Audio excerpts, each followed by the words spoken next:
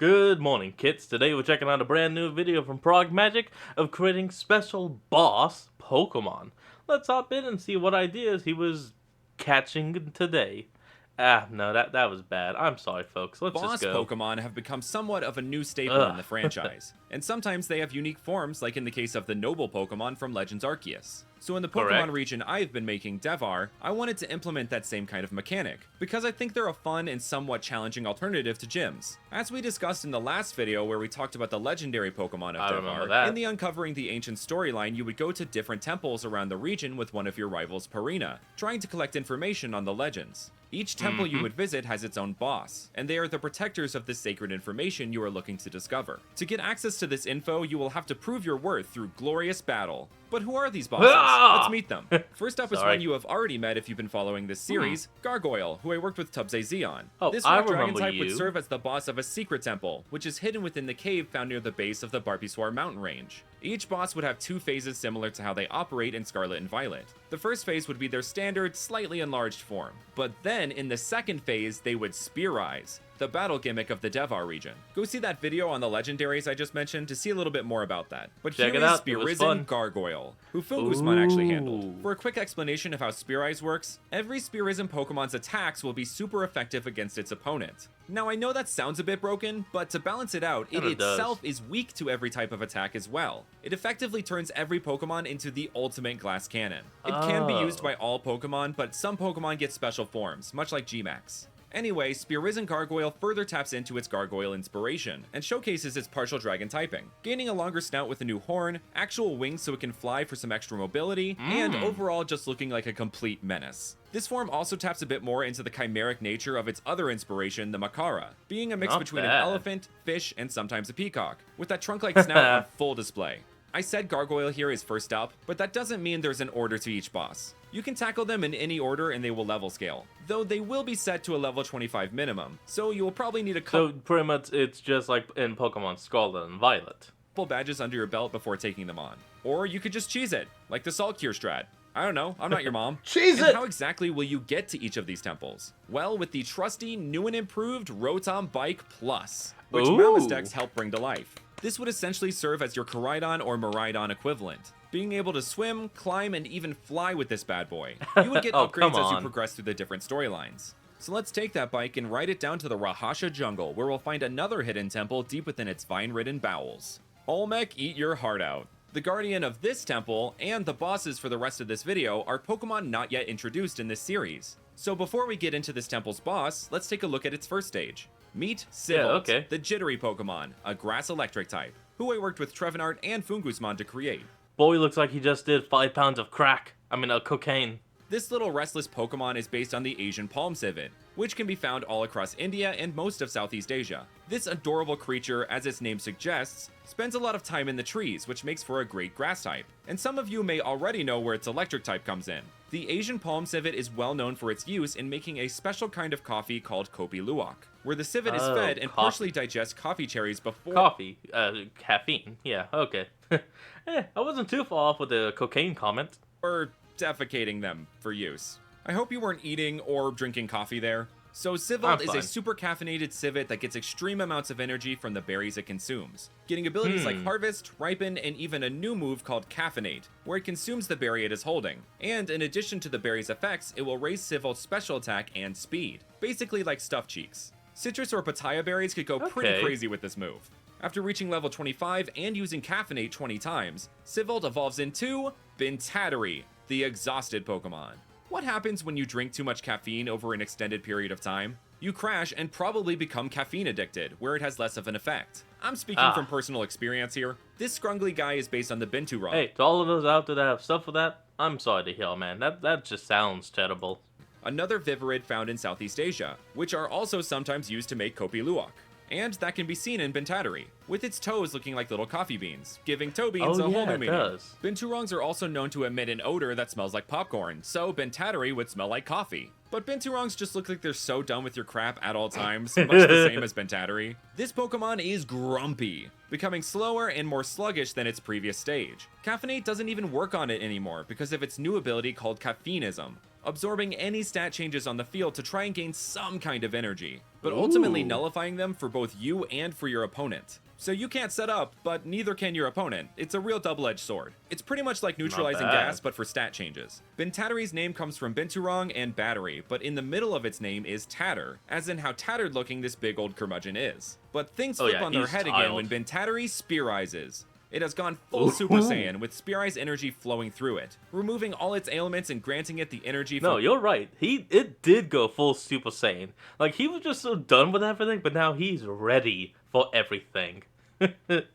Dude looks like a hedgehog that was just zapped by a taser. its previous stage it so longs for. Don't do a that. true awakening in every sense of the word. While Spear Eye's forms already stick to one main color for their design, it can also be used with Bintataris to reference blonde roast coffee. Oop. Unwrap it Hold on, up. folks. We'll be right back. And and we're back. From there, we'll head About northwest that. and make our way up to the town of Sonandir, which is based on the town of Amritsar, with its famous Golden Temple, one of the holiest sites for Sikhs, being what our next temple is based on. Moving from two Ooh. secret temples to a very much known temple, the residents of this temple protect the information held within it, while using it as a hub for the community to meet, converse, and eat together, much like the actual Golden Temple. But within its depths is a boss like it. Pokemon that the temple guardians raise and train as a part of tradition. But let's meet its base stage first. So here is Auma, the golden Pokemon, a pure water type, who I also worked with Pungusmon to create. It is based on an Is anyone else getting Magikarp vibes from this?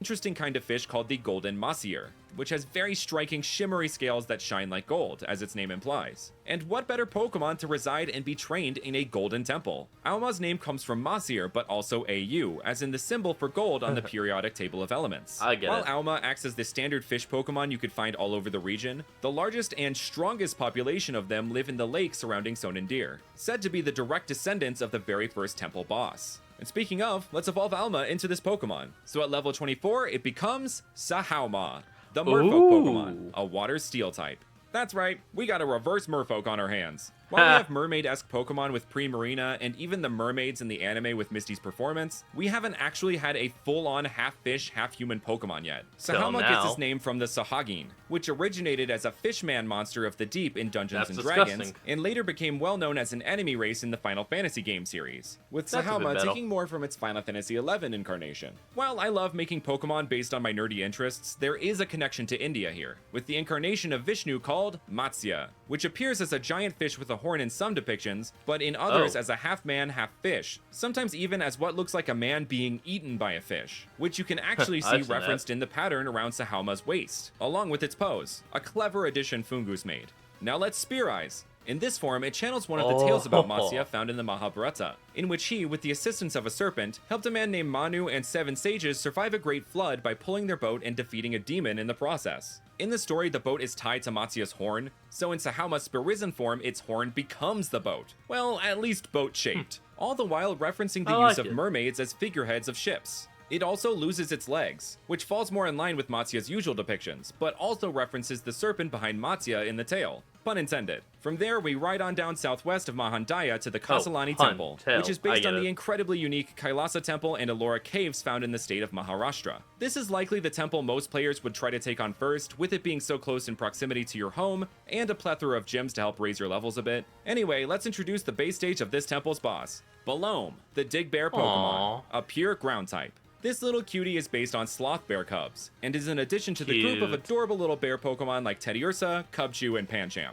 Its name comes from Balu, the Hindi word for bear, and Loam, which pertains to fertile soil. Gen 3 stands will know what I'm talking about. Oh, Sloth yeah. bears have unique claws perfectly equipped for digging up anthills and termite mounds, which are a large part of their diet. Their noses are also specially adapted to close up so they can suck up bugs like a vacuum. And these abilities are even further accentuated when Balome evolves into Terra Bear, the Big Dig Pokemon. While its name might reek of Talonflame-itis, it is actually meant to sound like terrible, as in how destructive this Pokemon can be with those big, meaty claws. Yeah. Both its mouth and claws are He's meant not to a evoke crab. the feeling of construction equipment, with Terra Bear being able to dig straight through a mountain. These holes are sometimes Damn. used to create train tunnels. As you can no doubt tell, this guy has also become one with the anthill, with it having a crown that looks like one and a necklace that mirrors what the inside of an anthill looks like. This earth-encrusted bling isn't just a reference to the sloth bear's dietary choices. It also makes reference to the king of bears found across both the Ramayana and the Mahabharata, Jambavan, which can also be seen in the pant-like pattern on Terra Bear. Both the Jambavan reference and Terra Bear's destructive potential are I even see it. furthered when it I see it. Spearizes. Spearizing Terra Bear's claws are now even longer and Whoa. better for digging,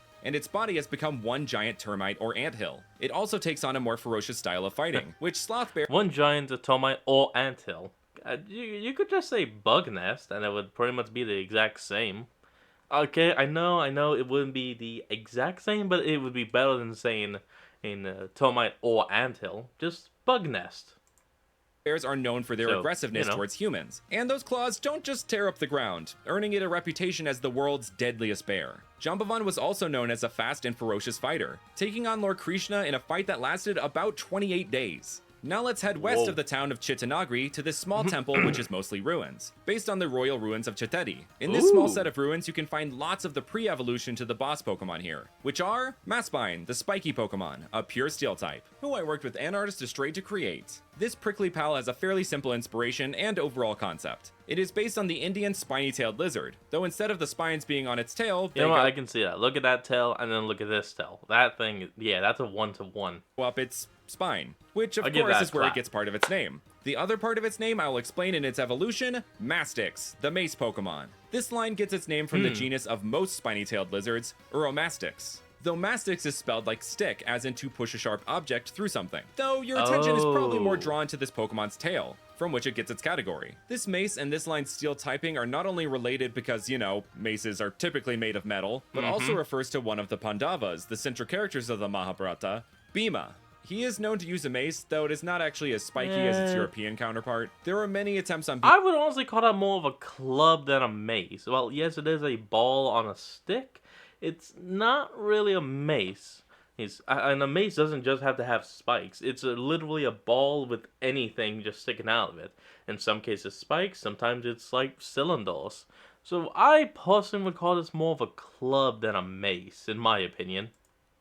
Bhima's life. One such attempt was him being tied up, poisoned, and thrown into a lake. Well, Damn. this lake so happened to be the home of the Nagas, who tried to bite him, barely breaching his iron-like skin enough to get their venom in, which counteracted the poison he had consumed. In all of Oh. his strength, the Naga brought him to their king Vasuki, who had him drink a special elixir that made him super strong and immune to all venom. And what is immune to the poison type? Steel. And so it all comes together in this intimidating and strong Pokemon, which becomes even more strong and intimidating when it Spearizes, becoming bipedal and using its severed tail as a weapon, which of course Okay, is it just me, or does this now look like it's Bowser without hair?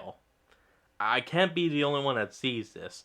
It's Bowser, but he went bald.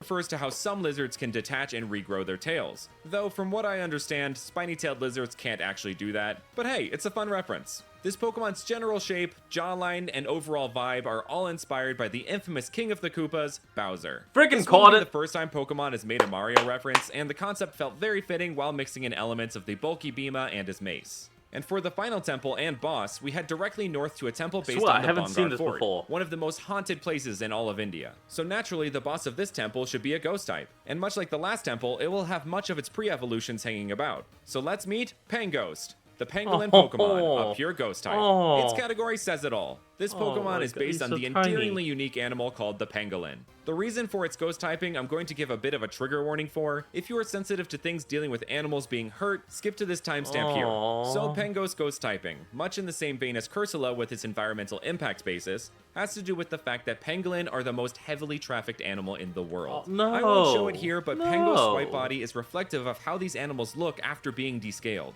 It is incredibly tragic, and these are some Aw. absolutely amazing animals that don't deserve this treatment. I made this Pokemon line because I wanted to bring awareness to this cause. If you want to help, there are resources like SavePangolins.org that champion funds to preserve these fantastic creatures, which you can find put linked in everyone the home description down. or in this card here. Back to That's so Panghost. It now cute. has this ghostly miasma as scales, referring to a phantom limb, the sensation of a body part existing despite the fact someone may not have it anymore. I wanted to channel the same energy as Galarian Corsola with this design, this absolutely adorable creature that looks Well, you just so succeeded. sad to be a ghost. On a much happier note, one of the largest recorded pangolins is actually named Ghost, which its typing is a reference to. Panghost Oh, evolves that's though, nice. not quite into our boss Pokemon yet, but into its middle stage, Pangool, the ghoulish Pokemon. The miasma-like scales of Panghost have become a bit more solid, becoming more armor-like. Its claws are much Okay. longer to the point where they point backwards. While Pangolin's claws do typically point backwards, in combination with this Pokemon's type, it acts as a reference to a special kind of zombie-like creature from Bengali culture called a boot. Boots usually have some kind of unresolved matter or Boots? improper funeral that keeps them on our plane of existence. and are characterized as having feet that face backwards and some features that are upside down. And finally, Pangool evolves into our boss Pokemon, Pangrudge, the Revenge Pokemon. Pangool actually evolves into Pangrudge That would be on my team. in a bit of a unique way. This Pokemon has to have absolutely 0 in the friendship stat for it to be able to evolve. It must be so consumed by hatred that it is able to unlock this form. A full Sith moment. Pangrudge, as its name and category implies, seeks revenge on those who bring about their base stage's existence. Now in its final stage, it has fully hardened armor, made from concentrated yeah. paranormal energy. The transformation of this armor across this line is inspired by a legend or cryptid found in the Chittor Fort of Rajasthan called the Abang Aku. It is said to reside at the bottom of the Tower of Victory that is in the fort. And Wait a minute. Is it just me, or does this kind of remind y'all of the Water Wraith from Pikmin 2? Getting real Umibozu vibes over here. that only the enlightened or pure of heart can reach the top. As one climbs the tower, the Abang Aku follows behind, slowly changing colors with its body becoming more solid the higher the person climbs. When someone reaches the top, the creature reaches enlightenment, which is a perfect segue into Pangrudge's Spear Risen form. As Purina said in that previous video, this is a weird one. Pangrudge, having Spear Risen, releases the shackles of revenge, and its armor-like body becomes soft and melty. This refers to how after enlightenment, the Abang Aku will sometimes return back to the bottom of the stairs and resume its old non-solid shape. So this form is a full circle moment for the entire line. And those are the boss Pokemon and their Spear Risen forms. Thank you all so much for watching, and I will see you guys next time. Well, folks, this was an interesting one, so I hope you all enjoyed this. Remember to like, comment, and subscribe for more. Link to the original will be in the description below, and I'll see you folks next time when we flick on. Peace out.